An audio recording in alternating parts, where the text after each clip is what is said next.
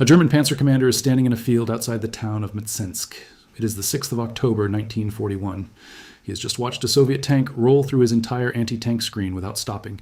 His gunner hit it 4 times at close range with a 5-centimeter armor-piercing round. Every shot bounced. The shell casings are still warm on the turret floor. The Soviet tank kept moving, turned its gun, and destroyed 2 of his vehicles before disappearing into the tree line. The commander radios his division. He does not request reinforcements.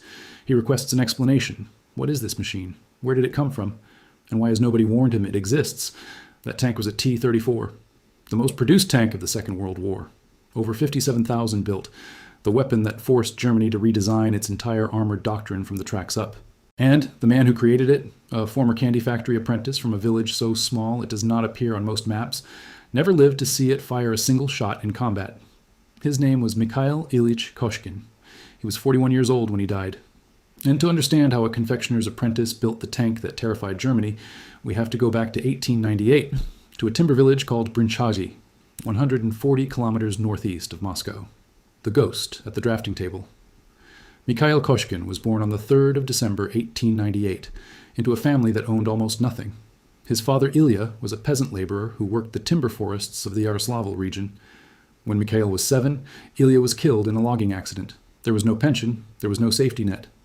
By the age of 10, Mikhail Koshkin was working. By 14, he had walked to Moscow and found employment as an apprentice in a confectionery factory, wrapping sweets for wages that barely covered his rent. The revolution changed everything. Koshkin volunteered for the Red Army in 1918, fought on the Northern Front during the Civil War, was wounded, and joined the Bolshevik Party in 1919. He was not an ideologue. He was a survivor, and the party was the only institution in Russia that offered a peasant boy a path upward. After demobilization, he was sent to the Sverdlov Communist University in Moscow, where he met 2 men who would shape the rest of his short life, Sergo Orjonikidze and Sergei Kirov. Both were rising stars in the Soviet hierarchy. Both recognized something in Koshkin, a capacity for technical thinking that his lack of formal education had concealed. In 1929, at the age of 30, Koshkin was enrolled at the Leningrad Polytechnic Institute to study automotive and tractor engineering. He graduated in 1934, not as a theorist, as a builder. He went straight to Leningrad's Plant No. 185, where he worked on experimental tank prototypes, the T-29 and the T-46-5. He earned the Order of the Red Star in 1936, and then, on the 28th of December, 1936, he received orders that would define and ultimately end his life. He was to report to the Kharkov Locomotive Factory, designated Plant No. 183, and take charge of Tank Design Bureau 190. The fact buried inside the record is this. The reason the post was vacant was that the previous chief designer, Afanasy Fursov, had been arrested by the NKVD and shot.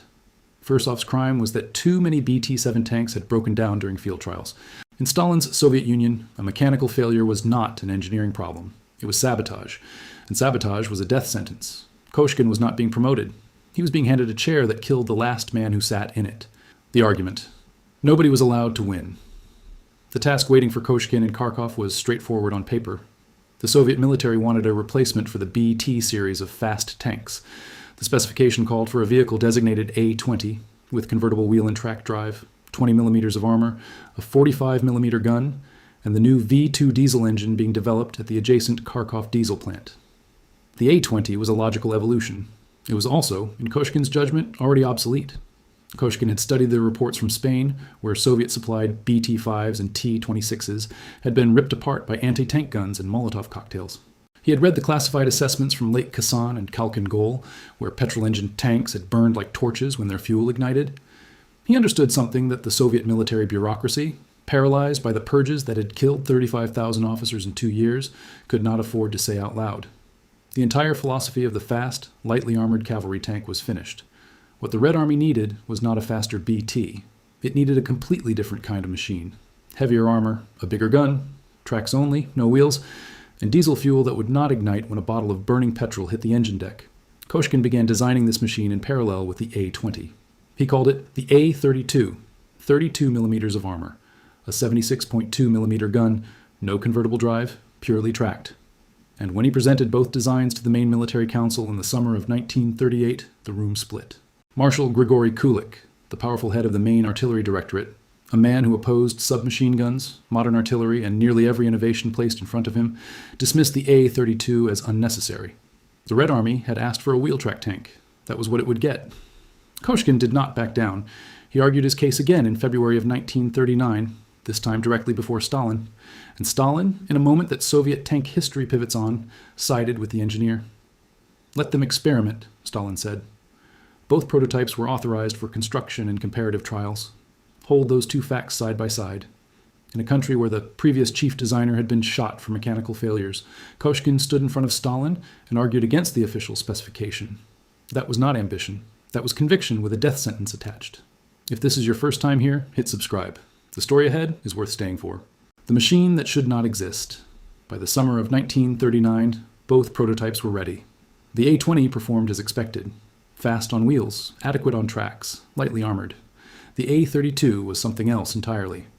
At the September 1939 demonstration before Voroshilov, Zhdanov, and Mikoyan, the A-32 ballasted to 24 tons to simulate the weight of thicker armor, climbed steep embankments, forded rivers, and knocked down a mature pine tree without slowing.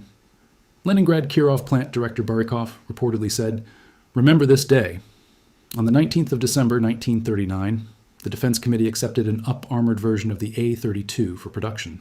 45 millimeters of frontal armor sloped at 60 degrees from vertical, giving an effective line of sight thickness of 90 millimeters, the 76.2 millimeter L-11 gun. The V2 diesel, a 12-cylinder, 38.8-liter engine producing 500 horsepower, designed by Konstantin Chelpin, who had himself been arrested in December 1937 and executed in March 1938 during the purges. Wide tracks giving a ground pressure of just 0.72 kilograms per square centimeter, far lower than any German tank in service, meaning it could cross mud and snow that would bog a Panzer III to its hull. Koshkin named the tank T-34. The designation honored 1934, the year his patron Ordzhonikidze had expanded the Soviet armored program. Ordzhonikidze was dead by then, driven to suicide by Stalin's terror. Koshkin named his life's work after a dead man's promise. Two prototypes, designated A-34, were completed in January and February of 1940. And then Koshkin made the decision that killed him. Rather than ship the prototypes to Moscow by rail, which would have required NKVD security clearances and risked exposing state secrets, he proposed driving them to the Kremlin under their own power, overland, in winter, roughly 750 kilometers through snow, frozen fields, and back roads. Koshkin was already ill before departure, running a fever, coughing. His deputy, Alexander Morozov, urged him to stay behind. He refused. The column left Kharkov on the night of the 5th of March, 1940. Both tanks reached the Kremlin walls on the 17th of March. Stalin inspected them personally. The vehicles then continued to firing trials, then north to test against captured Finnish fortifications, then to Minsk, Kiev, and back to Kharkov, covering roughly 2,000 kilometers in total. On the return journey, one prototype overturned at a water crossing. Koshkin, feverish and weakening, climbed into the freezing water to help recover it. He arrived in Kharkov gravely ill. Pneumonia. One lung was surgically removed. He continued directing work on the T-34 from his hospital bed. The first production T-34 rolled off the Kharkov line in September 1940. Mikhail Koshkin died on the 26th of September 1940. He was 41. The tank he had spent his health and his life building had not yet been issued to a single combat unit. The enemy that had no answer. 9 months after Koshkin's death, on the 22nd of June 1941, Germany invaded the Soviet Union. The Red Army held approximately 967 T-34s. Most were concentrated in mechanized corps along the western frontier. The first engagements came within 48 hours. At Raseiniai in Lithuania, between the 23rd and 27th of June, Soviet armor, including T-34s and KV-1s, struck the German 6th Panzer Division. German anti-tank crews fired their 37mm rounds at the T-34's glacis and watched them bounce off the sloped plate. German soldiers gave their standard anti-tank gun a new name, the Panzer door knocker. It knocked. It did not enter. But the decisive moment came in October at Mtsensk, south of Moscow. Colonel Mikhail Koshkin, born in 1900 in the village of Bolshoye Uvarovo, a career armor officer who had survived the purges through quiet competence, commanded the 4th Tank Brigade. 49 tanks, 22 of them were T-34s. On the 4th of October, 1941, Kharkov's brigade ambushed elements of Heinz Guderian's 2nd Panzer Group along the Oral to Mtsensk highway. The T-34s fired from concealed positions in the tree line at close range, their 76mm shells punching through Panzer III armor with ease, while German return fire glanced off the T-34's sloped hull. The T-34, Panzer III.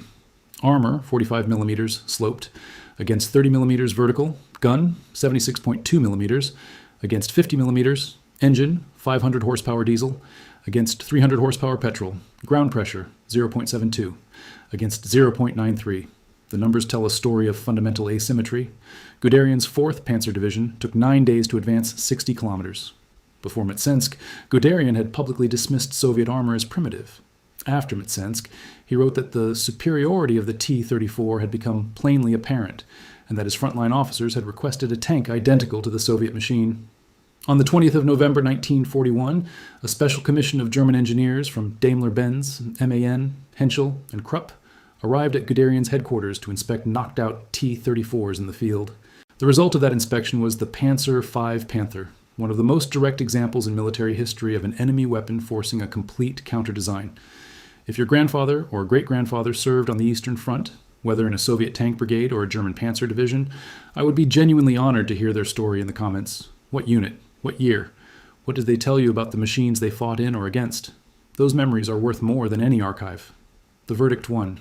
Mikhail Koshkin did not invent every component of the T-34. The Christie suspension came from an American patent. The V2 diesel was designed by Konstantin Chelpan, who was executed before the engine entered production. The sloped armor concept had appeared on French tanks before the war. What Koshkin did was something rarer than invention. He saw how these elements, combined in the right proportions, would create a machine greater than the sum of its parts. And he fought, at the risk of his career and his life, to build it against the objections of men who outranked him in every way except understanding. 2. The T-34's true advantage was not any single specification. It was that the design was simple enough to be mass-produced by exhausted workers in half-built factories at minus 40 degrees Celsius. Over 57,000 were built during the war. Plant No. 183, evacuated from Kharkov to Nizhny Tagil in the Urals under the direction of Alexander Morozov, produced nearly 29,000 of them. 3. Koshkin's deputy Alexander Morozov, born in 1904, succeeded him as chief designer and went on to develop the T-44, the T-54, and the T-64. He received the Hero of Socialist Labor twice and died in 1979. The Kharkov Design Bureau was renamed the Morozov Design Bureau in his honor. 4. Koshkin himself received the Stalin Prize posthumously in 1942.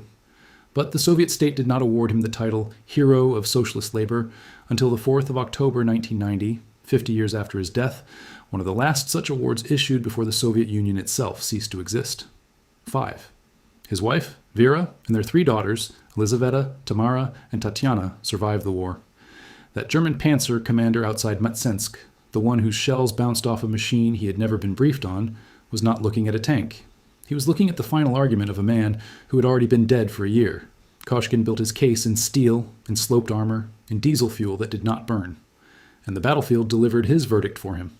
If this investigation gave you something to think about, hit that like button. It helps this channel reach the viewers who care about getting the history right, not just the version that made it into the textbooks. Subscribe if you want the next chapter. Every weapon has an origin story. Every origin story has a name attached to it. And the names that matter most are the ones that were almost erased. Mikhail Koshkin had a name. He deserves to be remembered.